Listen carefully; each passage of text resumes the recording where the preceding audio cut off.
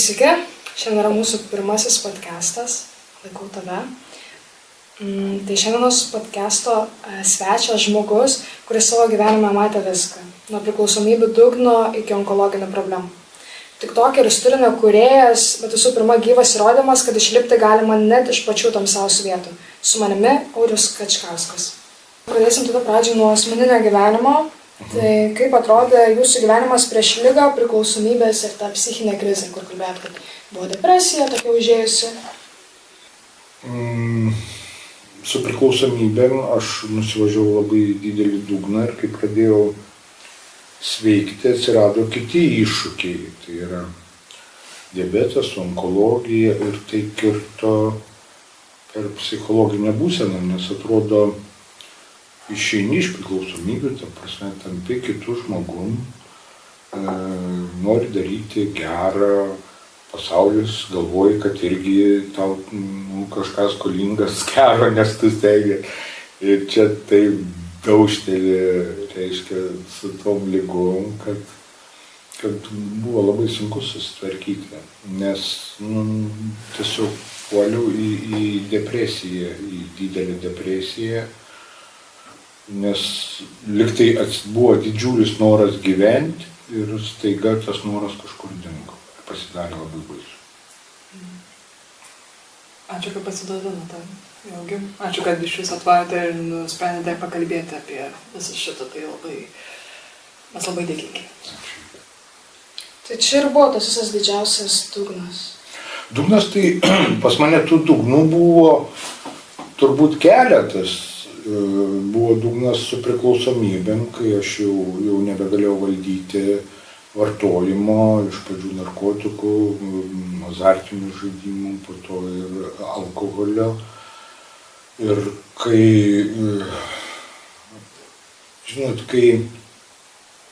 prarandi norą gyventi, tiesiog, nes viskas susiveda į priklausomybės. Ta prasme, į kažkokį savo būsenos keitimą.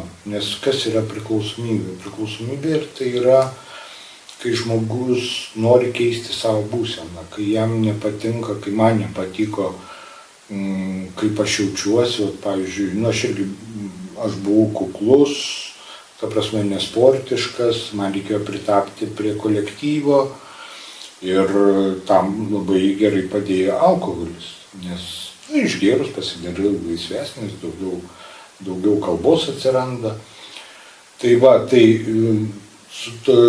tos priklausomybės jau paėmė mane, ta prasme, ir aš nieko nemačiau aplinkui. Tada baisiausias buvo dugnas, kai aplink mane galėjo vykti kas tik nori. Ta prasme, mirti žmonės, galėjo turbūt ir karas būti, nedaug dėja.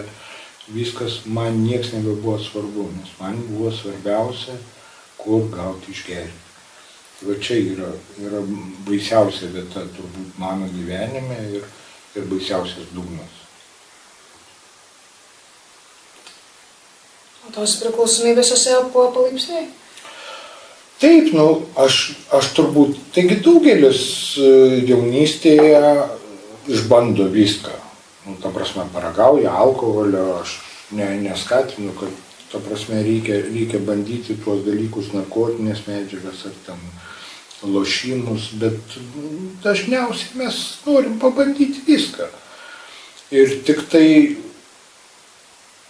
kai kurie žmonės kažkaip pabando ir susivokia, kad, jiems netinka, jiems gal nepatinka, jiems užtenka tokie, kokie yra, o man patiko ta būsena, patiko dopaminas, kurį sukelia, pavyzdžiui, kažkokios euforinės būsenos, tai yra išlošus kažkokių pinigų. Man visą tai patiko ir aš net pats nepajaučiau, kai aš pradėjau nebevaldyti viso to. Atrodo, sustosi, čia pavartoji, daug kas ten parūko žolės, gal savaitgalį ar kažką, tai aš irgi parūko, bet aš žiūriu, kad aš jau ir pirmadienį kažkodėl tai noriu pavartoti kažko, ir antradienį, gerai galvoju, tai trečiadienį nevartosiu, iki penktadienį datempsiu arba nenueisiu į kazino ten. kokį mėnesį vėliau nueisiu, bet tie tarpai vis mažėja ir jau man kažkada pasakė, sako, tu paimk pasižymėj kalendoriuje, kiek tu dienų būni blaivas. Ir aš taip iš pradžių galvojau, reikėtų pasižymėti dėl įdomumo. Ir aš išsigandau, aš galvoju, ne, aš nežymėsiu, nes aš bijau, kad ten tų dienų blaivių kaip ir nėra. Aš geriau pasislėpsiu ir nepripažinsiu, sakysiu, kad su manim viskas gerai ir toliau krysiu. Tai tas palaipsniui, aišku, kritimas tai daug metų. Tai aš pradėjau vartoti alkoholį, sakykime, nuo 16 maždaug, tai prasidėjo tie klasės vakarėliai tokie, būdavo pas mus viskas, o pats dugnas man įvyko 45. Tai reiškia, beveik 30 metų turėjo praeiti, kol aš susivokiau, kokiam, atsiprašant, šūdė aš esu. Tai o rašymas jums buvo kažkoks įsigelbėjimas, ar kas paskatino rašyti autorinės knygas? Žinai, ta prasme, aš vis tiek buvau žurnalistas, dariau renginius, buvau laidų vedėjas radijo stotyse, ta prasme, aš visą laiką sukausi tarp žmonių. Ir kai aš pradėjau sveikti, aš supratau, kad toliau toj srityje aš nelabai galiu dirbti, kažką daryti, aš pabandžiau, aišku, bet supratau, kad negaliu dirbti dėl to, kad man tai vis dėlto asocijuoja su vartojimu, nes aš visą laiką įkalęs, taip sakykime, kažkiek būdavau. O man to bendravimo labai reikėjo. Ir tada aš atradau kažkaip Facebooką, pradėjau rašyti, aišku, aš dabar ką paskaitau, kartais kai išlenda tie prisiminimai ir paskaitau, ką aš ten bandžiau rašyti prieš 10-11 metų, tai juokinga yra, bet matyti, tas rašymas tekstų televizijom, užkadiriniam reportažam, viskas vis tiek buvo tokia kažkokia mokykla ir man patiko rašyti. Ir kita pusė to rašymo buvo, aš norėjau išrašyti tai, kas yra manyje, kokie jausmai. Man labai daug plėšė, man galva, ta prasme dvasia, ta jausmų palėtė, kaip vieną dieną liktai gerai, kad nevartoji, kitą dieną liktai nori vartoti, bet valios pastangom kažkokiom bandai. Ir aš pagalvojau, kad turbūt yra žmonių, kurie jaučiasi taip pat. Ir aš išrašiau tiesiog, kad man palengvėtų ir gavau labai didelį atgalinį ryšį, nes pasirodo, aš ne vienas. Nes kartais pasijunti tiek priklausomybės ir tiek sveikime priklausomybė išvis, mes kartais pasijuntam gyvenime vieniši, atrodo, kad ta nelaimė nutiko, tai jau čia jau man didžiausia yra, visiems kitiems kažkaip, jie lengviau, aišku, jie užsideda gal kaukės, jie nešneka apie tai, bet iš tikrųjų apie kiekvieno iš mūsų gyvenimą, aš kaip sakau, turbūt galima parašyti knygą. Nes mes pereinam tikrai labai daug tokių dalykų, apie kuriuos tiesiog daug kas nutyli. O aš nusprendžiau apie tai rašyti, kalbėti. Jo, tai tikrai yra tas dalykas, kad tiesiog kaip daug kas jaučiasi vieniši, kad čia tiesiog jų problema viena, kaip aš pats kaip tikriausiai pajutau tą jausmą. Tikrai jaučiu ir padeda tai žinoti, kad kaip tu tikrai nesi vienas, tavo problemos nėra unikalios. Taip. Tada toks, nors 2-3 žmonės atsiliepia ir tu jauti tokią bendrystę, tu jau turi su kuo bendrauti, tu turi su kuo pasidalyti. Kaip pavyzdžiui, yra tokie anoniminiai alkoholikai, kur renkasi žmonės ir pasakoja, kaip jie jaučiasi. Ten nėra jokių stebuklų, ten kažkokio nevyksta, nesėdi psichologai, ten nekalba apie alkoholio žalą, ne paskaitos, ten tiesiog žmonės susirenka ir kalbas, kaip jie jaučiasi. Tai tų anoniminių alkoholikų struktūrą, tų susirinkimų perėmė daug kas. Taip pat renkasi onkologiniai ligoniniai arba disfunkcinių šeimų suaugę alkoholikų vaikai. Ta prasme, jie renkas, kad nesijausti vieniši. Ir tai yra labai svarbu. Nors kartą į savaitę nueiti pas tuos, kurie yra tokie pat ir pasijausti kažkokiu bendrystė. Tikrai taip, ta bendruomenė tikrai padeda kaip ir geriau jaustis, ar kaip čia pasakius, pasveikti kažkokią prasme. Galim, manau, keliauti apie žurnalistiką šiek tiek pakalbėti, jau kažkiek užsiminat. Tai kaip pasikeitė jūsų požiūris į žurnalistiką, ar tai, ką manėte apie šią profesiją pradžioje, labai skiriasi nuo to, ką galvojate dabar? Aš negalvojau būti žurnalistu. Iš tikrųjų, aš įstojau į saviveiklinio teatro režisūrą, tokia dar buvo. Ta prasme, ir nes kadangi aš lankiau dramos studiją Panevėžyje 5 metus ir aktorium galvojau, kad neįstosiu, tai galvojau, įstosiu bent jau į saviveiklinį teatro režisūrą. Po to buvo, aišku, sovietinė armija, kuri labai pakeitė mąstymą ir jį truputį sudaužė, padarė tokį, ciniškesnį mane gal.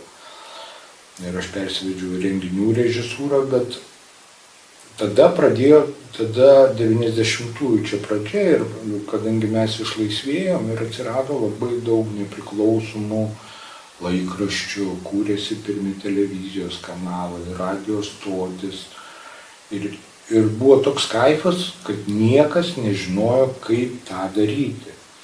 Ir kadangi mes buvom studentai, o mūsų kai kurie dėstytojai dirbo tada Klaipėdos Baltikum televizijoje, tai mus pakvietė kaip studentus, kurkim kažkokias laidas ir pirmoji mano, pavyzdžiui, laida buvo, tai aš su Asta Stašaitytė Masalskienė mes vaikų laidą darėme. Jis buvo liutukas, o aš valdžiau šuniuką tokį su rankom.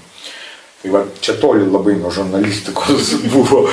Bet ta prasme, va tokia pradžia. O po to, kaip, pajauti tą, kaip aš sakau, kaifą tokį. Ir tada jau atsirado muzikinė tokia laida, aš ten dirbau reporteriu, o po to jau pradėjo mane kviesti kitur. Aš tai pakliuvau į LNK televiziją, kai grįžau į Panevėžį iš Klaipėdos dirbti reporteriu, žurnalistų žinioms. Ir irgi nemokėjau nieko, bet tuo laiku sakau, visi nelabai ką mokėjo. Aišku, kažkiek žiūrėjo tų kitų televizijos kanalų, vakarų, kas mokėjo angliškai, gal kažkiek. Bet tame kaifas ir buvo, kad mes kūrėm. Ir nebuvo jokių tabų. Nebuvo jokių pažinčių per pažintis, nebuvo perkama kažkaip žurnalistika pradžioj. Visi labai norėjo būti laisvi, nepriklausomi ir šnekėti apie viską, ką tik tai norima ir galima šnekėti. Prasme, tai nesupyksta žiūrovai, ta prasme, aš dažnai sakau ir Facebook'e, ir TikTok'e, kaip per transliaciją šneku, kad dabartinė demokratija truputį nuėjus į kitą pusę. Nuo tos demokratijos, kuri buvo 90-ais. Taip, ten buvo labai daug netobulumų, įstatymo žmonių teisėse ir taip toliau. Taip, bet ta prasme, ten buvo absoliuti laisvė reikštis. Dabar socialiniai tinklai ir net žiniasklaida užsidėjo pati savo kai kuriuos tabų ir pradėjo reguliuoti, ta prasme, žmonių pasisakymus per tuos pačius patiktukus, per sekėjus, per viską. Ir ta pati žiniasklaida pasidarė savo kažkokius, ta prasme, tabų, apie ką reikia mažiau šnekėti, apie ką daugiau šnekėti. Žurnalistai pradėjo reikšti savo nuomonę. Tai jie vadina pilietinę poziciją, bet iš tikrųjų žurnalistika turi būti objektyvi. Tai turi visą laiką būti dvi pusės išklausytos ir trečios pusės neturi būti. Tai yra žurnalisto pusė. Ir pirmą, ką aš, jeigu galėčiau, toks būčiau valdovas Facebook'o, tai aš atimčiau iš visų žurnalistų Facebook'o. Nes negali tu vaidinti objektyvų, pavyzdžiui, televizijoje ar portale kažkur viską ir po to įsijungęs po minutės Facebook'e pasakyti, kad va, buvo interviu su tuo ir tuo, bet jis žąsinas ir taip, ir taip, ir taip. Tai žmonėsgi ir mato ir tą, ir jiem disonansas galvoj susidaro. Tai palaukite, o kaip čia taip įdomiai, kam tą savo nuomonę. Mes žmonės atpratinom pačius mąstyti. Žmogusgi turėtų turėti kritinį mąstymą, jis turėtų domėtis keliais šaltiniais ir pats pasidaryti kažkokias išvadas. O dabar viskas duodama ant lėkštutės ir po to pykstama, kad žmonės netaip suprato. Jūs netaip suprato, mes dar kartą jums paaiškinsim. Paaiškinsim per savo postus, paaiškinsim per laidas. Ta prasme, aš bijau to žodžio, bet man žurnalistika turbūt panašėja jau į propagandą. Tai yra iš tikrųjų baisu, nes per žurnalistiką pradėjo tikslų siekti daug ir politikai, ir visuomenės organizacijos, visuomenininkai ir viskas. O apie paprastą žmogų mažai kalba. Grįžtant prie tos meno kaip esmės to klausimo, yra labai ironiška, kad tiesiog, aš dažnai pastebiu, tiesiog bendrai, bet kokie kūrybiški žmonės dažniausiai kaip įeina į tokią sritį, kuri visiškai nepriima. Pavyzdžiui, jūs buvo teatrai, bet tada kažkaip atsiradote žiniasklaidų, visąlaik taip yra juokinga, bet toks gyvent kažkaip su menininkais, visąlaik įsiklosto taip įdomiai, visada pastebėjau. Taip, aš kodėl dar nuėjau, aš savęs nejaučiau kažkokiu režisierium, aš supratau, kad aš būsiu žemiau negu vidutinybė ir gimdysiu tiesiog. Kai seniau buvo dar skirtimai, tokios kultūros namus, ta prasme, kokio kaimo nusiųstų, ir gimdytum tos spektaklius. Niekam džiaugsmo nei pačiam būtų, nei tiem žmonėm. Tai aš dar turėjau tokį visą gyvenimą, dabar jį apmažinau labai smarkiai, tiesos pajautimą. Aš visą laiką ieškojau teisybės. Tai žurnalistika man labai, labai imponavo tada, kad, pasakysim tiesą. Ta prasme, parodysim tiesą, pasakysim tiesą, kaip iš tikrųjų yra, nekišant savo nuomonės. Tai turbūt dėl to dar labai man norėjosi eiti ten. Tai grįžtant prie žurnalistikos, kiek metų pradirbot žurnalistiką? Aš visai skaičiavau, žiūrint ten, ką skaičiuoti, ar radio stotyse, kai vedi pramoginės laidas, ar tai yra žurnalistika, ar ne žurnalistika, bet jeigu žiūrint darbą tose žurnalistikos žiniasklaidos priemonėse, tai maždaug apie 20 metų. Tikrai ganėtinai ilgai. Ir kokios istorijos dabar jums atrodo vertingiausios, tos, kurios sukrečia ir tos, kurios gydo? O tai čia aš galvoju, kad kas sukrečia, tas mus ir gydo. Ta prasme, sukrečia dabar daug, tai žodis toks, dabar daug kas mus sukrečia žiniose visur. Tai bet ta informacija aišku, kad negydo, jis sukrečia. Mes matom karo vaizdus, mes matom, ta prasme, visą laiką neigiamas žinias. Ir tas visą laiką sukrečia ir žmogui truputį, jam psichologinė būsena jo vis blogėja nuo to. Tai aišku, bet istorija, kuri gydytų, jinai turi kažkaip paliesti. Tai tas žodis sukrečia gydančioje istorijoje, jisai labai reikalingas. Nes ašgi negaliu pasakoti apie savo priklausomybės nuo tos vietos, kai aš jau pradėjau sveikti, kaip man gyvenimas pasidarė gražus ir viskas. Arba pasakoti onkologijos istoriją apie depresijos periodą, kad man pritaikė gydymą ir viskas tvarkoja. Ne. Iš pradžių sukrečia ir tai yra jautru, mes į tai reaguojam, o po to ateina per visą tą apsivalymą ir tada tą istoriją pradeda gydyti. Bet aišku, iš pradžių turi būti supratimas. Tik tai jis negali tęstis ilgai ir neturėti teigiamos pabaigos. nes tada jisai gaunasi kankinantis sukrėtimas ir jisai tiesiog mūsų baro iš proto. Tai gal daugiau norit kažką apie onkologiją papasakot, kadangi eisim priklausomų onkologinių, tai gal kažką norėtumėt? Nežinau, aš čia dabar kaip tik tai, aš savanoriauju Polos organizacijai, tai yra onkologinių ligonių organizacija vienijanti. Aš esu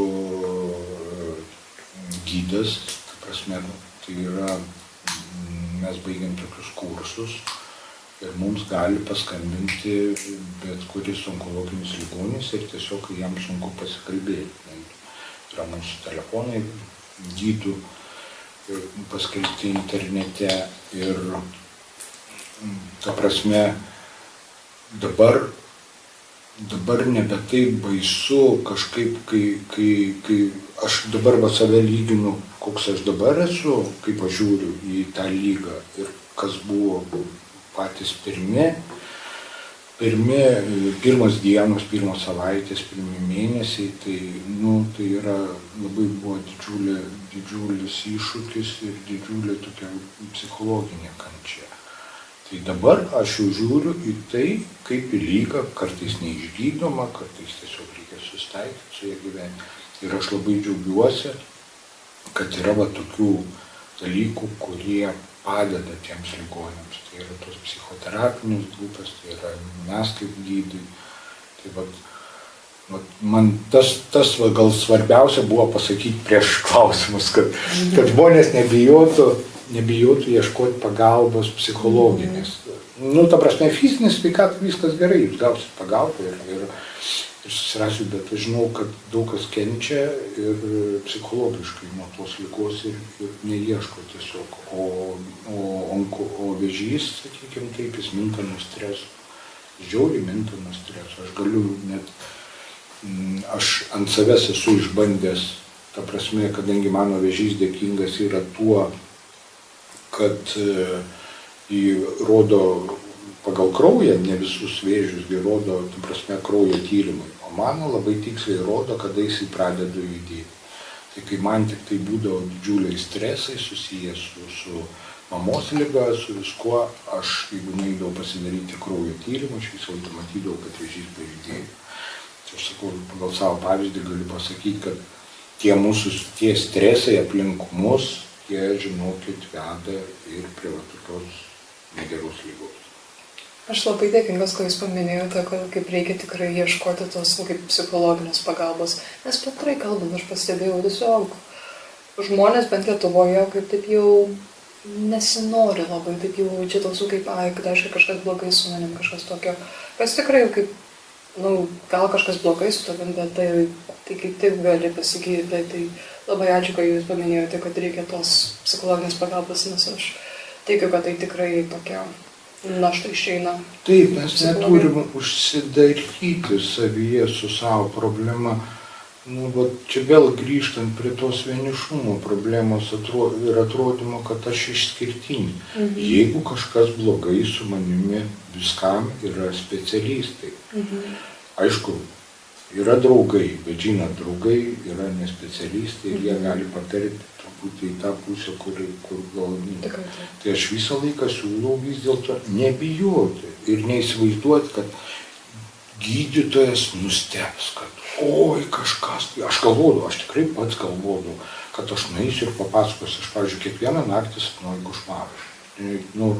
Po to, kai aš mečiau gerti, reiškia, aš 12 metų beveik sapnuoju kiekvieną naktį košmarą. Ir man kažkaip, aš lankausi pas psichiatrą, tu prasme, ir man kažkaip vis galvoju, ką aš čia sakysiu apie tos košmarus, kažkoks, Ir kažkaip vieną kartą išdrįsau, sakau, mane labai kankino. Ir mes bandėm kažkokius vaistus atitaikyti, bet neatitaikyti, po to aš nuėjau pas psichologę, ten papasakojau apie tuos dalykus. Ir man labai fainiai sudėlioja psichologė, kad, tai yra mano, kadangi smegenys labai paveiktos tų psichotropinių visokių medžiagų. Ir jos ir toliau, reiškia, sukasi ir kad jos neperkaistų, galbūt tie košmarai, kuriuos aš sapnuoju, jie leidžia išsirutuliuoti kažkokiem neigiamom emocijom naktį, kad dieną jos būtų pailsėjusios. Ir, aš kažkaip ir išmokau su jais gyventi, atsikeliu ir užsiblokuoju, nekreipiu dėmesio. Nes seniau tai atsikeldavau ir galvodavau, Jėzau, tas va buvo. Dabar aš kažkaip užstatau sieną bet man reikėjo išdrįsti pasakyti psichiatrijai, psichologijai visą tą, aš galvoju, kad aš išskirtinis, nes aš vienam pasakiau, kitam pasakiau, oi ne, sakau, nes tai į metus kokį vieną košmarą pasakau, aš visą dieną, kiekvieną naktį. Čia toks mano dalykas, bet sakau, nereikia įsivaizduoti, kad mes esame išskirtiniai ir gydytojas nematė tokių kaip mes. Ta prasme, ar psichologas, ar kas, jie matė daug labai visokių ir tikrai. Gal aš irgi šiek tiek dėl onkologijos pakalbėsiu, tai mano tėtis irgi turėjo onkologiją, jos ir mirė. Tai onkologija dažniausiai yra nuo viso streso, nuo tų emocijų. Kadangi kai mirė mano tėčio mama, jis labai pradėjo stresuoti gyvenime ir tai labai paveikė iš tikro visą emocinę būklę. Ir nuo tos emocinės būklės po kelių mėnesių prasidėjo tas vėžys vystytis. Tai reikėtų šiaip ieškoti pagalbos tada, kai nėra, ta prasme, jau per vėlu. Kai nėra užuojauta. Man labai ir taip, ir čia tikrai tas pavyzdys, nes kaip aš sakau, eiti pas psichologą ar pas psichiatrą nereikia tada, kaip aš jau atsiguliau ir gulėjau 2-3 mėnesius. Dabar tiksliai nepasakysiu kiek, o man žmona pasakė, kad Audriau, aš nežinau, kas tam daryti, ar tau spirti užpakalį, ar čia tave guosti, ką tau reikia padaryti, kad tu negulėti. Ir tada man kažkoks tiesiog nušvitimas atėjo, kad aš čia guliu ir save laidoju ir psichologiškai žudau, tai čia viena problema, bet kai aš aplinkinius irgi ir žmoną savo ir jinai nervuojasi ir aš tada kreipiausi pagalbą. Tai kad nelaukt, kol atsigulsi, kol tikrai pasidarys visai blogai, nebeįmanoma gyventi, nebeisi į darbą ar ten į mokslus ir kažkur, tada kreipsis. Ne, jau pajauti, kad kažkas tai vyksta, ta prasme, kažkas su tavim vyksta, kažkokie, ko seniau nebūdavo, kažkoks pasikeitė dienotvarkė, kažkokie, nebepatinka niekas gyvenime ar kas. Jau tikrai reikia susimastyti ir nueiti, nes taip, labai, labai jautrus, labai tikras pavyzdys, didžiulis stresas tikrai priveda prie. Nes kai stresuoji, čia susideda tokie kompleksiniai dalykai. Nebevalgai kaip normalus žmogus, arba ten jeigu rūkai, tai rūkai 10, bet kokius 2-3 kartus daugiau. Ten pradedi vartoti alkoholinius kokius gėrimus, nes tai irgi savotiškas antidepresantas, bandai pabėgti nuo tos kažkokios situacijos. Pradedi save po truputį žudyti, vietoj to, kad tu nueitum išsikalbėtum, nueitum pas specialistą. Baigėsi taip liūdnokai. Jo, dažniausiai aš pastebiu, kad yra daug lengviau smukti labiau į duobę, negu iš jos išlipti. Taip. Kad nes duobės nepastebi, keičiasi ne iš karto. Ta prasme, jeigu tu ryte vieną rytą atsikeltum ir niekur nebytum ir gulėtum ir antrą dieną, trečią dieną, tai tada gal susivoktum. Bet keičiasi po truputį, keičiasi, tu krenti, o po to jau išlipti labai sunku. Jo, kažkaip tu dažnai galvoji, kad aš jau pasiekiau duobės dugną, tai negali būti žemiau. Ne, atsidaro dugnas ir dar nukrenti žemė. Ta visa diagnozė labai pakeitė jūsų kasdienybę. Ta prasme, jie vis tiek tą informaciją per vienur, per kitur, kad mano ligoje yra laikas apribotas. Nes mano onkologija, mano stadijos, ta prasme, nėra išgydoma. Ir tada kažkaip pasigūglinau, dar nuvažiavau pas gydytoją, pasiklausiau, jisai paklausė manęs, ar tu tikrai nori žinoti, kuo viskas baigsis. Pasakiau, kad noriu, buvom su žmona dviese ir man pasakė, kad maksimum yra maksimum 10 metų, tai vat aš jau 6 pragyvenau. Tai tada buvo labai didžiulis šokas.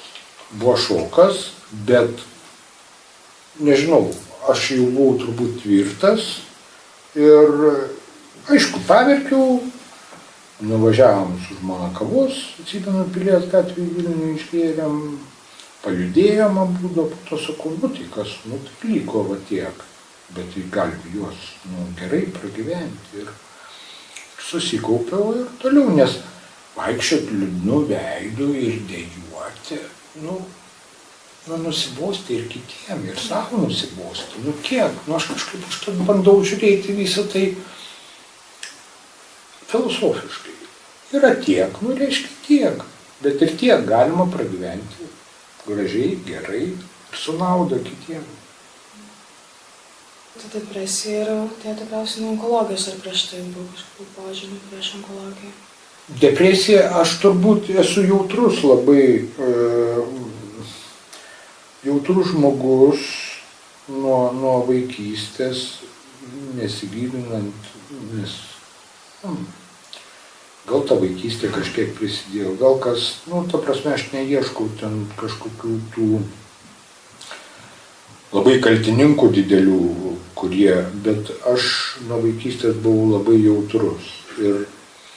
Ir kai prasidėjo priklausomybės, aš suvokiau dalinai, kiek galėjau suvokti, kad aš darau negerai. Ir mano viena dalis, mano kaip žmogaus, sakė, kad Audriau, tu eini ne ta linkme, o kita dalis norėjo ten eiti. Ta nuolatinė priešprieša, jinai mane buvo vartojant, net privedus ir iki psichiatrinių ligoninių, aš 2 kartus gulėjau psichiatrinių ligoniniai. Ta prasme, irgi man tada nustatė depresiją. Bet priklausomi žmonės dažnai kartu su priklausomybė eina depresija, nes jeigu pas tave yra, tas, kuris vartoja ir, ta prasme, jis visą laiką jam nusispjauti ant viso pasaulio, tai turbūt ne. Bet daug labai priklausomų žmonių, kiek aš pažįstu, jau per tą laiką viskas, jie tikrai turėjo mažesnės, didesnės depresijas arba gulėjo psichiatrinės ligoninės, nes dalis jų nenorėjo taip gyventi. Ir pastovi tą priešpriešą viduje, jinai išmuša irgi smegenis, tie saugikliai iššoka. Ir va tada jau pirmieji prasidėjo epizodai tokie, kad, sakau, teko gulėti. Ir kai aš pradėjau sveikti nuo priklausomybių, aš galvojau, viskas, tai man susitvarkė gyvenimas ir man niekas tokio nebegrįž. Bet grįžo su kaupu ir grįžo su onkologija, grįžo depresija, kurią aš suvaldžiau ir dabar nesikartoja su mamos liga ir netektim. Pas mane prasidėjo žiaurios panikos atakos, kurias, dabar liktai irgi suvaldžiau. Kažkaip, aišku, pasikeitė aplinka, ta prasme, aš pats gal kažkiek tai sutvirtėjau, viskas, bet tuo aš nespjaunu, kad negrįž, ta prasme, kad nebebus, turbūt, kad bus. Bet kai, nebesureikšmini, nevaikštai įsitempęs, kai styga, oi, čia jau kažkas prasideda, čia jau gal panikos ataka. Nes būdavo man tokių epizodų, kad jau kažkas vyksta.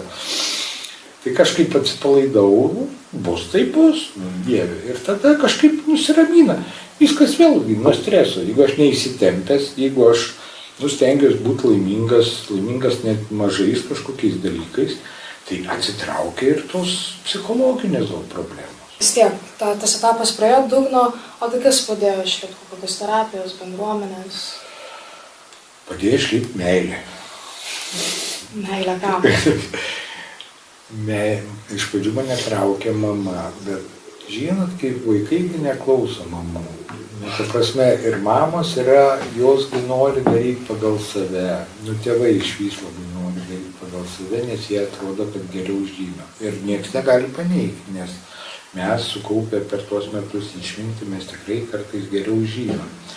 Bet principas toks, kad vaikai niekada beveik neklauso, ką tėvai sako. Tai taip pat ir aš, mama ten labai norėjo, mane vežioja ir į vienuolynus ten, ta prasme, pašventų žmonės kalbėtis, bet man netiko. Ir tada, kai aš pradėjau gyventi su savo dabartinė žmona, jinai mane labai mylėjo ir myli, aš ją labai mylėjau ir myliu. Ir ta prasme, pradžioje stengiausi suvaldyti kažkaip tą priklausomybę ir gyventi kitaip, bet priklausomybė buvo stipresnė už mane. Ir jinai pasidarė, ta prasme, labai liūdna. Jinai man neprikaištavo, jinai neabarė manęs, negaudė kažkur, kad aš eidavau gerti, bet jinai pasidarė labai liūdna. Ir tas epizodas buvo toks kertinis epizodas, kai aš grįžau namo, išgėręs vieną kartą, aš radau ją sėdint ant suoliuko prie laiptinės ir jinai verkė. Ir aš priėjau, dar toks poliksnis, sakau, išgėręs, aš linksmesnis būdavau, sakau, kas atsitiko, kas dabar? Sako, aš nenoriu įti, ten nebe mano namai, ten aš nenoriu ten įti. Kaip ne tavo namai, kas ten atėjo, kas nors, ką ten reikia išvaryti. Ne, sako, ne ta prasme, kai tu atėjai, sako, pas mane gyventi, jie buvo tokie linksmi, tokie nuspalvoti, mes tikrai daug sėdėdom, daug važiuodavom kažkur, jo sūnus buvo 12 metų, tada aš tikrai stengiausi ir kažkaip surasti santykių su juo, nes labai sunku buvo irgi. Viskas aš labai daug dariau, tokių kažkokių mažų smulkmenų gražių dalykų. Po to jau, kai pradėjau eiti būna, aišku, visas tas dingo. Ir jinai sako, tie namai pasidarė kaip ne mano, jie pasidarė pilki. Va čia buvo pirmas mano toks postūmis į sveikimą, bet mes užlipom į viršų, aš nuėjau kitą kambarį ir bandžiau išeiti iš šito gyvenimo. Bet man iškvietė greitąją, atpumpavo mane, bet nuo tada aš pradėjau ieškoti kažkokios, ta prasme, išeities. Aišku, labai norėjau, kad viskas įvyktų greitai, kad kažkas paspaustų mygtuką ir aš nustočiau gerti ir viskas pasikeistų. Bet aš, ta prasme, jau pradėjau, nes aš labai ją mylėjau. Ir aš žinojau, kad jeigu taip toliau tęsis, aš ją prarasiu. Ta prasme, aš ne tai, kad prarasiu kur gyventi, aš galėjau pas mamą grįžti, nors tokių metų kažkaip jokios logikos. Ne tą, bet aš prarasiu savo gyvenimo meilę. Ir tas pastūmė. Ir aš pradėjau bandyti viską. Pradėjau tikrai daug kur važiavau ir kodavausi, ir ekstrasensai, ir burtininkai, ir akupunktūra, ir viską išbandžiau ir niekas man nepadėjo. Aš buvau stipresnis, mano liga buvo stipresnė už tai, kol pasidaviau. Priklausomybėse ta liga yra atvirkštinė. Jinai labai, ta prasme, jeigu normalioj ligoj žmogų reikia guosti, reikia jam padėti ir taip toliau, tai priklausomam žmogui reikia atvirkščiai nuo jo atsiriboti, gyventi savo gyvenimą ir jis turi pasiekti tam tikrą dugną. Taip yra baisu, kad žmogus gali pasiekti dugną ir nebepakilti ir numirti, bet, taip yra. Ir kai nuo manęs visi nusisuko, kai aš jau su savim pradėjau kalbėti jau vos negarsiai, ką tu darai ir kaip tu žlugdai ir mylimo žmogaus gyvenimą, aš pasidaviau ir tada pradėjau ieškoti paskutinės kažkokios pagalbos, man papasakojo apie Minesotos programą, jinai yra Vilniuje, Kaune, Klaipėdoje. Ir aš į Vilnių tada išvažiavau, bet aš išvažiavau su ta intencija, kad jeigu man nepasiseks, aš grįšiu ir aš vis tiek toliau pradėsiu vėl vartoti, aš turbūt išeisiu iš šito gyvenimo, kad nebegadinti niekam kitam gyvenimui, nes man buvo baisu jau nuo savęs paties. Ir kai pasidaviau, ir tada pasisekė, nežinau, ir kažkaip pasitikėjau, nes aš labai su priklausomybė dar eina puikybė didžiulė. Aš baigęs aukštą, aš daug labai skaitęs, aš tikrai kaip žurnalistas labai daug domėjausi. Ir kas man gali paaiškinti, ką. Ir kol pas mane buvo tas, kas man gali ką nors paaiškinti, nes aš tiek pats visko žinau, tol man nieks nepasisekė. Ir kai aš nuvažiavau tą Minnesotos programą, pasakiau, ką norite su manim darykit, aš su visko sutinku, viską, ką reikia skaitysiu, ką reikia klausysiu, bet aš nebenoriu. Aš nieko nežinau, nes viską, ką aš bandžiau, man nieks nepavyko. Tai va tada ir viskas suveikė. Ir kažkaip persisuko. Pamačiau, kad gyvenimas gali būti visai kitoks. Pasirodo, gali būti linksmam, nepavartojus nieko, galim rašyti, nes aš galvau, kad aš niekad nerašysiu, nes man reikia 50 gramų brendžio išgerti, man atsivertų mūza kažkokia. Pasirodo, aš galiu rašyti, aš galiu šokti kažkokiam baliui, ta prasme, man jokių kompleksų nėra, man toks pasidarė vis vien, ką pasaulis galvoja apie mane, užtat aš laisvai rašau visom temom ir laisvai kalbu, aš nesureikšminu, ką apie mane kalba. Čia yra tų žmonių problema.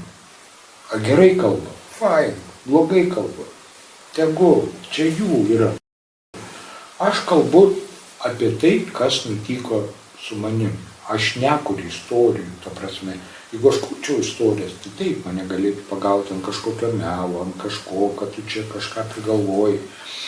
O dabar aš esu sąžiningas prieš save, aš sąžiningas prieš jūs. Ir aš galiu tada kalbėti, ką aš noriu. Ir man tada, aš pasidariau laisvų žmogum vėl. Tai yra vidinė laisvė. Ir tada faina pasidaro gyventi, nesvarbu, kad turi onkologiją ar kažkokių kitų problemų, bet laisvė padaro žmogų laimingesnį. Ja, tikrai tai, nes kažkaip visą laiką yra, bent man kaip irgi asmeniškai, biškai tai juokingai yra, kad kaip net per tą savižudybės bandymus, tu dažniausiai jau kaip kažkaip tada tiesiog atsigauni galvoju, neišėjo mirti, tada gal geriau gyvensiu. Jeigu tas neišėjo, tai tiesiog nusprendžiau. Ir taip pat pastebėjau, kai jūs tiesiog bendrai kalbėjote apie meilę, ta kantrybė tikrai dažniausiai padeda, kaip ypač, kaip su visom priklausomybėm ir ligom, tiesiog sunkumais. Ta kantrybė dažniausiai, kaip iš kitos pusės, iš jūsų žmonos, pavyzdžiui, tikrai rodos padeda dažniausiai. Ir reikia su meilė žmogų. Ta prasme, aš neskirstau žmonių, kaip jūs paklausėt, kokių temų neliesti, aš kažkaip važiuodamas galvojau vis tiek jaunimo organizacija, gal jūs šnekėsit, gal, ta prasme, apie kitom temom ir galvoju, tas skirstymas žmonių, jaunas, senas, ten priklauso tai bendruomeniai ar kitai bendruomeniai. Ta prasme, aš niekad nežiūriu į žmogų, kam jis priklauso, ar politiniai kažkokie jėgai. Aš visą laiką žiūriu į jo darbus, į patį žmogų.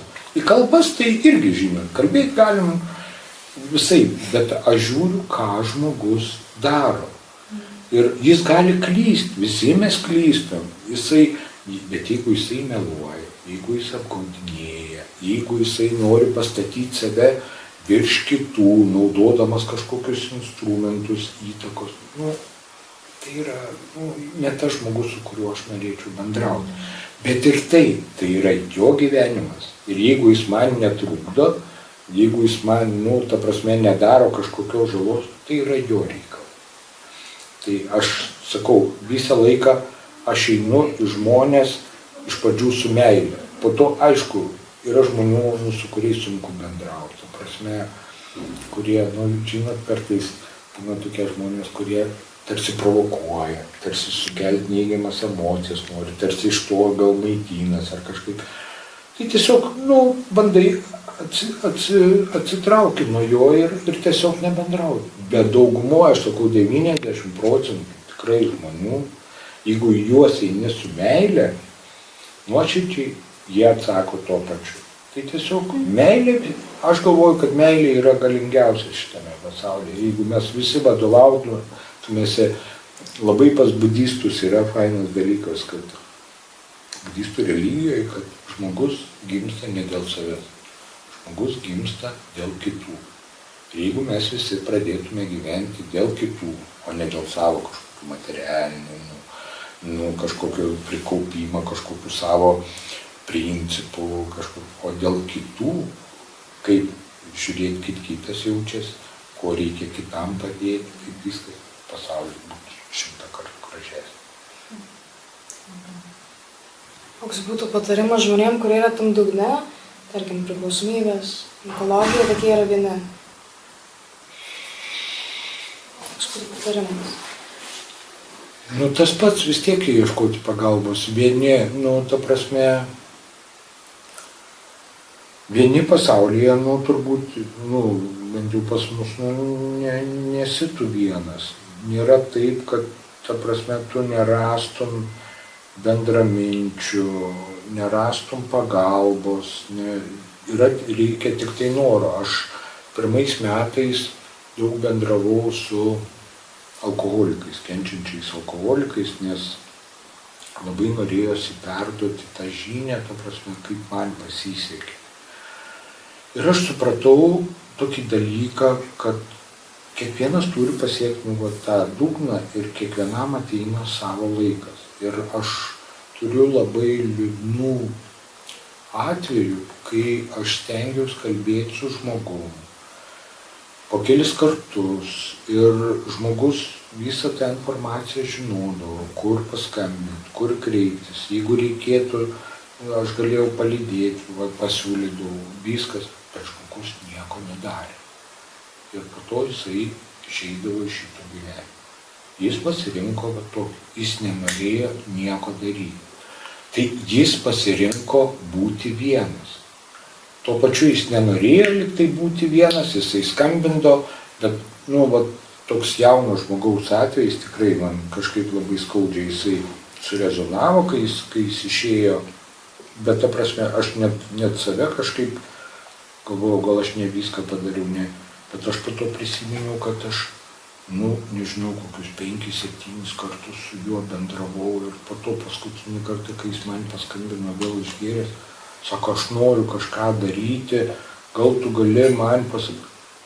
Sako, taigi mes jau šnekėjom 5-6 kartus, ašgi tau jau pasakiau, tu sakai, kad užsirašei, kur važiuoti, kur paskambinti, ką daryti, jeigu tu tikrai nori.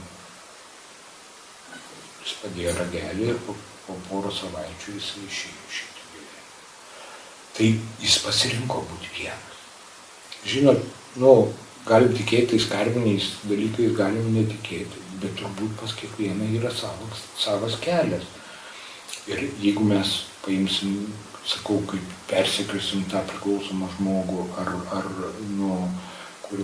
kuriam mūsų manymu reikia pagalbos, tai 98, kokie 9% nieko nesigaus. Nes jis turi pats norėti nebūti vienas, pats norėti išeiti šito užburtą ratą.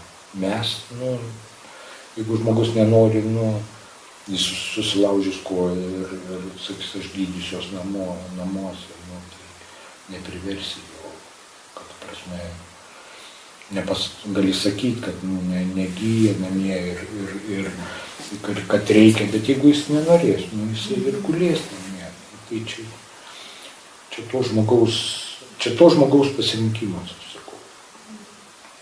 Visą laiką reikia padėti, bet padėti aš labai mėgdavau dalinti patarimus. Buvo mano, čia susijęs su mano puikybė, aišku, būdavo, kad aš labai visą žinią daug žinau ir taip toliau. Aš labai mėgdavau patarimus ir aš turiu draugą buvusį narkomaną, kuris labai man yra didelis pavyzdys. Ir aš vis stebėdavau jį, kaip jisai klauso, išklauso ir jeigu tu jo nepaklausi, jisai nieko nesako. Ta prasme, Tau reikėjo išsikalbėjai, viskas, jeigu tu jo neklaus patarimų. O aš visą laiką būdavo, man žmogus papasako, kokiais, o aš tau pasakysiu, tau reikia tenai, tau reikia tą daryti, tau reikia tą. Tai kažkaip tas žmogus, būna tokiu atveju, aišku, kad jis paklauso kažką, bet dažniausiai, manęs nieks neklauso. Ir vat kaip aš supratau, kad, nereikia daryti patarimų, jeigu tavęs neklausia. Mes turim, jeigu paklausia, jeigu paprašo pagalbos, taip, reikia padėti. Aišku, reikia gulinčiam žmogui, jeigu tu pamatysi ant šaligatvio gulinti, aišku, reikia padėti, nes gal jis negali paprašyti pagalbos. Čia ne tos atvejai, bet ta prasme, daugumoj atveju, jeigu žmogus, aš visą laiką sakau, reikia ginti ką? Reikia ginti gyvūnus, nes jie nemoka paprašyti pagalbos, vaikus, nes jie irgi negali, kai kuriais atvejais paprašyti pagalbos, ir neįgaliuosius žmonės, kurie, ta prasme, irgi nepajėgus kažką. Daugiau visi mes esam protingos būtybės, kurios turi Google, kurios turi artimuosius, arba turi draugus, arba žino, kur yra poliklinika, žino, kur priklausomybių centras. Visi mes tai žinom. Tai kažkaip, eiti pas tą žmogų, kurį žino viską ir vėl jam sakyti, kad tu durnius, tu gal nežinai, jisai iš tikrųjų žino, bet jis nenori. Tai reikia padėti tada, kai žmogus nori, kad jam padėti.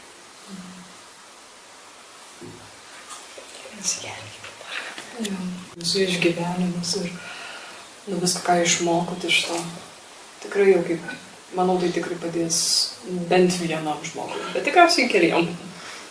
Man tas buvo, žinot, aš kai vaikščiau, 5 metus aš vaikščiau krizių centrą, psichikos krizių centras yra Panevėžyje. Ir ten dažnai pakliūna žmonės, kurie, gali būti, staigiai reikia pagalbos, jiems nereikia psichiatrinės, ta prasme, bet jiems staigiai kažkoks įvykis, sukrėtimas, iššaukia nerimą, iššaukia kažkokias panikos atakas žiaurias ar ten. Ne kažkokia psichikos liga užsisenėjus, bet ta prasme greitai. Ir ten kartais po tokiais nerimais, depresijom slepiasi priklausomi žmonės. Ta prasme, jie atsigula kaip, man sako, man depresija, man kažkoks nerimas, bet iš tikrųjų jis yra sukeltas priklausomybė. Tai mes bendraudom su psichologėm iš to krizių centro ir jos man paskambindavo ir aš atvažiuodavau ir pasakodavau tiesiog savo istoriją. Kaip man buvo, kad aš irgi gulėjau tam krizių centre. Viskas ir 5 metus ir tenai, aš vienu momentu paėmiau ir paskaičiavau, reiškia, aš susitikau, maždaug su kokiais 300 žmonių per tuos 5 metus, nes ten nepadaug gulė. Ir iš tų 300 žmonių, kadangi aš susitinku su sveikstančiais alkoholikais, iš tų 300 žmonių aš žinau 2 žmonės, kurie, ta prasme, tikrai nebevartoja. Ir man vieną kartą toks liūdesys, aš galvoju, aš einu, šneku. Ir iš tiek 100, tik tai kokie 2 žmonės, kur aš žinau. Tokia neviltis, bet tas jūsų pasakymas į tave. Ir po to galvoju, ir kas? Bet net 2 žmonės jau nebevartoja. Nebegadina savo gyvenimo. Aplinkui alkoholikas yra tokie paskaičiavimai. Alkoholikas sugadina gyvenimą 5-6 aplink save esantiems. Tai gali artimieji būti, gali artimi draugai, ta prasme, bet 5-6 žmonėms. Narkomanas sugadina maždaug apie 12-15 žmonių gyvenimą aplink save. Kaip nekeista, lošėjas daugiausiai, apie 25 žmonės. Tai yra, aišku, materialiniai, visokios skriaudos, moralinis ir taip toliau. Tai aš ir galvoju, kad ir 2 žmonės, tai jie 2, dar kokie 5-6, tai 12, tai jau.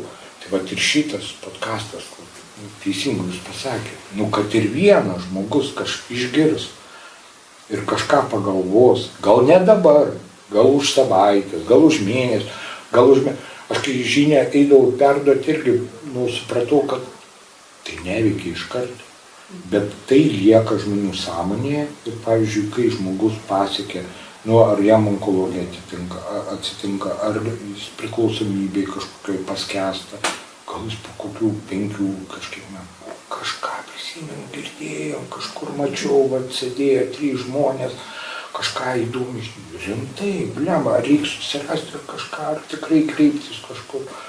Viskas, mes padarėm pasaulį gražesniu. Tikrai taip. Nu ir tikiuosi, aš ir norėčiau tikėti, kad kaip šitos pokalbius, ne vien per šitą, tiesiog bendrai per organizacijos veiklą mes pasieksime tokių pozityvių poveikių, kurie palies bent vieną žmogų. Nu, bent asmeniškai tai padeda, tai gal tai mūsų skaičiuoja, bet tai... Tai jau įsiskaičiuokit. Taip va. Tai jau yra daug. Bet koks darimas, aš sakau, yra geriau negu nedarimas. Tikrai, bet koks veiksmas yra geriau. Nes vien ten kalbėjimas arba susėdus ten namie, ypač mūsų vienų mąstymas, kaip čia vat aš padaryčiau pasaulį gražesniu ir nieko neveikimas, tai tikrai nedaro pasaulį gražesniu. Tikrai, taip. Tai tada jau geriau susėsti, kad ir 3 ir pabendrauti ir kažkam parodyti, ar tą žinią paskleisti, tai yra labai didelis žingsnis į tai, kad kažkas bus geriau. Kažkas pasikeistų, taip, nes tu galvodamas nieko nepadarysi. Gal galvosi, nebent tu filosofas, bet šitokiu atveju tai reikia daryti kažką, žinoma. Tik tai smegenys gali perdegti nuo to galvojimo, taip. Nes labai tikrai norisi daug ką pasaulyje pakeisti. Aš irgi labai norėčiau daug ką pasaulyje pakeisti. Bet tai yra ne mano galiuose, bet aš galiu pakeisti aplink save, aš galiu atvažiuoti pas jūs, pasidalinti ir fainiai pabūti. Aš galiu tokius mažus dalykus daryti. Man nereikia, ta prasme, globaliai kažkur tai nervuotis, dėl kažkokių kitų šalių pasikeitimų, ten prekybos, sakykime, karų, arba kaip bebūtų skaudu dėl karo, kuris vyksta. Jeigu aš kažkuo galiu prisidėti, aš prisidedu, bet kiekvieną dieną nervuotis ir, ta prasme, būti tokioj psichologiniai būsenai, lyg tai, ta prasme, tai vyksta čia, šalia, prie pat, tai niekam gero neatneš. Mes turim kurti, stiprėti, mes turime daryti kažką aplink save. Tai yra svarbiausia. O koks pasakojimas jums padeda gyventi?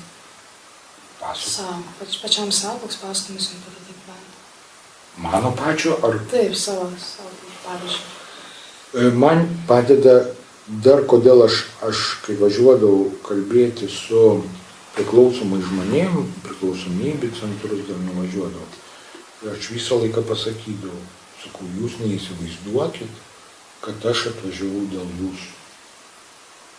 Aš atvažiavau, ir čia, aš atvažiavau 50% dėl jūsų, o 50% dėl savęs. Nes labai priklausomybėse labai lengva užsimiršti, koks tu buvai.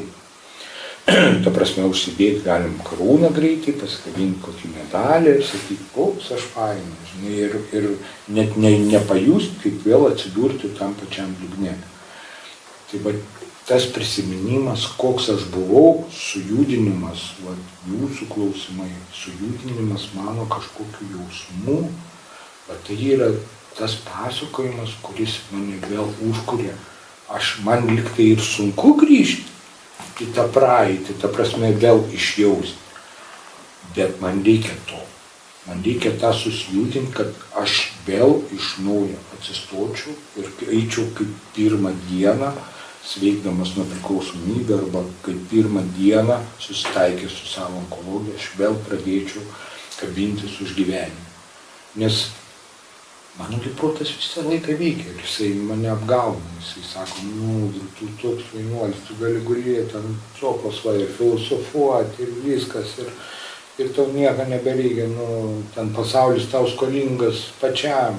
Tokių visokių velniukų puikybės išlenda ir užsimiršti ir pasidarai durnas, galiu pasakyti. Ta prasme, nepratingas.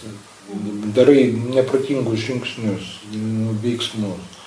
Ir kai aš prisimenu, koks aš buvau ir iš kokio šūdo, labai atsiprašant, aš išlipau, va per tokius pasakojimus, gal savo, per va tokius prisiminimus, aš vėl užtikriu. Vėl faina, vėl noris kažkam būti reikalingas, kažkam padėti gyventi dėl kitų. Nu, džiaugiamės, kad mes galim jums, kaip čia pasakius, padėti. Taip, jūs man padedate. Užkurti ugnį. Taip, sakau, 50% dėl jūsų, 50% dėl savęs. Nes Taip, abi pusės laimė. Taip. Tai ar tikit tą žodžio galia? Žodžio galia? Taip. Matot, aš tikintis esu ir ten yra parašyta, pradžioje buvo žodis, prasidėjo nuo žodžio viskas. Ir aš nesu tas, ta prasme, praktikuojantis katalikas, bet man labai patinka kiekvienoje religijoje surasti, kas man tinka. Tai toj man tinka, kad visų pirma buvo žodis. Nes kai mes kalbamės, mes, ta prasme, surandam daug išeičių, mes galim viens kitam padėti. Na, aišku, mums reikia mokėti išklausyti nuomonės, kurios gal mums nelabai patinka. Bet, ta prasme, per kalbėjimąsi, mes tik tai galim kažką tai daryti, nes, net gyvūnai bendrauja savo žodžiais, ta prasme, viens kitą pasišaukia ir viens kitam praneša. Tai reiškia, žodis yra tikrai labai galingas dalykas ir jį reikėtų, aišku, ir atsargiai naudoti, kad neįžeist kažko, jis netaptų, patyčiomis kažkokiamis ar kažkokiu heitu, nes labai lengva jautrų žmogų irgi užmušti žodžiu.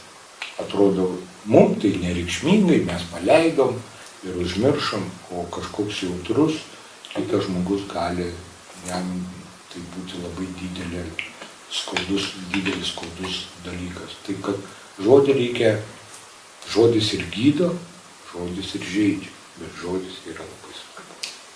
Nu jo, tikrai tokia, kaip čia, stipri galia, didelė atsakomybė.